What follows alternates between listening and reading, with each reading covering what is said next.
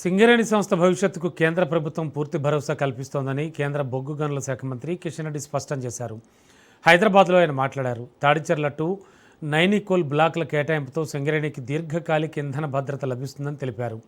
ఈ 2 బ్లాకుల ద్వారా వచ్చే 40 నుంచి 45 ఏళ్లలో సుమారు 2,25,000 కోట్ల టర్నోవర్ సాధ్యమవుతుందని, కొత్తగా 3,500 మందికి ఉద్యోగాలు, తాడిచెర్ల గనిలో 2,000 మందికి పైగా శాశ్వత ఉపాధి లభిస్తుందని వెల్లడించారు.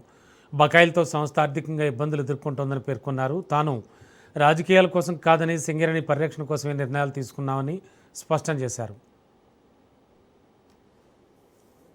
ఇవ్వాలనేటువంటి ఒక చరిత్రాత్మకమైనటువంటి నిర్ణయం తీసుకోవడం జరిగింది. ఎందుకంటే సింగరేణి ప్రస్తుతం కష్టాల్లో ఉంది. 137 సంవత్సరాల చరిత్ర ఉన్నటువంటి సింగరేణి రోజు బొగ్గు ఉత్పత్తిలో కానీ లేక బొగ్గు సరఫరాలో కానీ అనేక రకాలుగా నెగటివ్ గ్రోత్లో ఉన్నది. దక్షిణ భారతదేశంలో మన సింగరేణి బొగ్గు గని కర్ణాటక, ఆంధ్రప్రదేశ్, తెలంగాణ లాంటి ఇతర రాష్ట్రాలకు కూడా బొగ్గు గని ఈ సింగరేణికి సంబంధించినటువంటి బొగ్గు ఉత్పత్తి ప్రధానమైనటువంటి ఆధారం. క్వాలిటీతో కూడినటువంటి గ్రేడుతో కూడినటువంటి మంచి గ్రేడు బొగ్గు అందుబాటులో లేని కారణంగా మనం అనేక రకాల సమస్యలు ఎదుర్కొంటున్నాం.